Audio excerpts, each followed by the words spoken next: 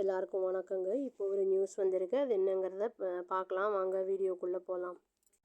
DMK official Murasoli அவர் வந்து Monday அன்னைக்கு என்ன பண்ணியிருக்காருன்னா, ஷார்ப் அட்டாக் பண்ணியிருக்காரு காங்கிரஸ் லீடரை ராகுல் காந்தியை அப்படி வந்து சொல்லியிருக்காரு. என்ன சார்ஜ் பண்ணியிருக்காருன்னா, இந்த பொலிட்டிக்கல் இம்மெச்சூரிட்டியும் டிஸ்ஹானஸ்டியும், அதாவது நேர்மையற்ற தன்மை, இது ரெண்டும் தான் வந்து இவங்க இந்த கிரிட்டிசிசமை வந்து ஃபேஸ் பண்ணுறதுக்கு முக்கிய காரணம் அந்த காங்கிரஸ் அப்படிங்கிறத வந்து சொல்லியிருக்காங்க.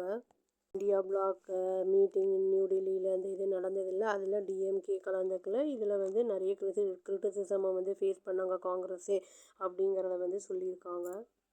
முரசொலி அவர் வந்து என்ன அக்யூஸ் பண்ணியிருக்காருன்னா, வந்து காங்கிரஸை வந்து இந்த ரிப்பீட்டடாக வந்து அந்த அலியன்ஸ் எல்லாம் இருக்குல்ல, பார்ட்னர்ஸ் அந்த ஸ்டேட்ஸில், அதை வந்து சப்போர்ட்டுக்கு வந்து இந்த கேட்குறாங்க, அதாவது இந்த பார்லிமெண்ட்ரி எலெக்ஷனுக்கு அந்த டைமில் அப்படிங்கிறத சொல்லியிருக்காங்க.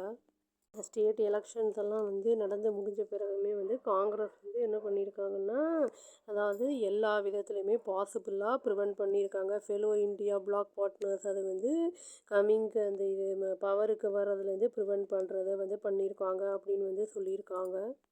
ஆனாலுமே பார்லிமெண்ட்ரி எலெக்ஷன் வருது அப்படிங்கும்போது அவங்க வந்து தன்னுடைய சப்போர்ட் வந்து அந்த பிஜேபி அந்த இதை வந்து ஃபைட் பண்ணுறத பேரில் வந்து பண்ணுறாங்க அவங்க, எடிட்டோரியல் அப்படிங்கிற மாதிரி வந்து சொல்லியிருக்காங்க.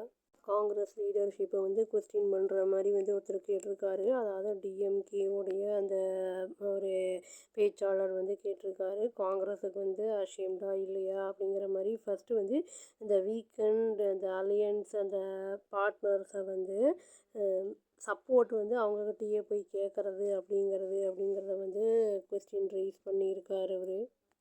அவருக்கு தேவைங்கும்போது அந்த மாதிரி கேட்குறது வந்து ஒரு மாதிரி வெக்கமாக இல்லையா அப்படிங்கிற மாதிரியே வந்து கேட்டிருக்காரு.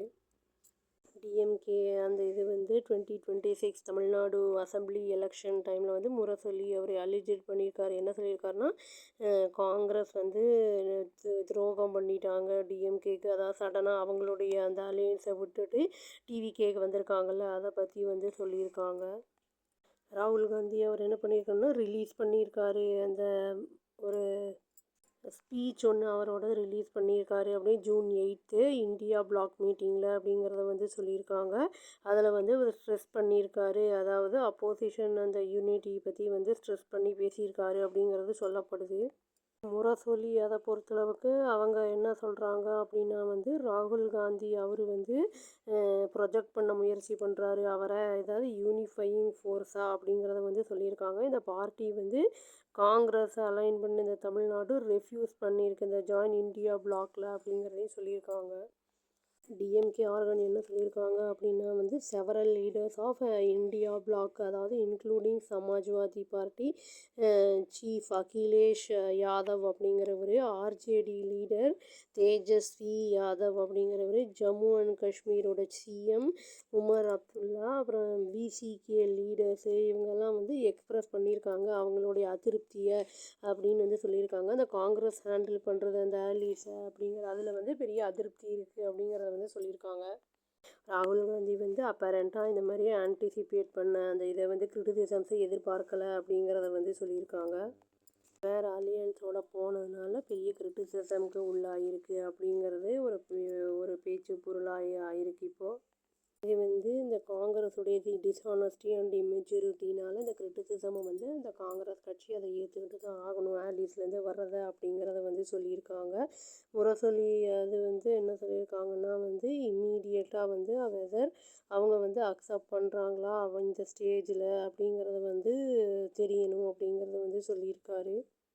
அதுக்கு வந்து ராகுல் கம்பேரிசன் என்ன சொல்கிறாங்கன்னா, காங்கிரஸ் வந்து அப்சர்வ் பண்ணியிருக்காங்க, அதாவது கிரிட்டிசிசமாக வந்து இந்த லார்ட் சிவா எப்படி அந்த கன்சியூம் பண்ண பாய்சனை வந்து எப்படி ஜஸ்ட்டு கன்சியூம் பண்ணார், அந்த மாதிரி இவரும் வந்து அமைதியாக ஏற்றுக்கிட்டாருங்கிற மாதிரி சொல்லியிருக்காங்க.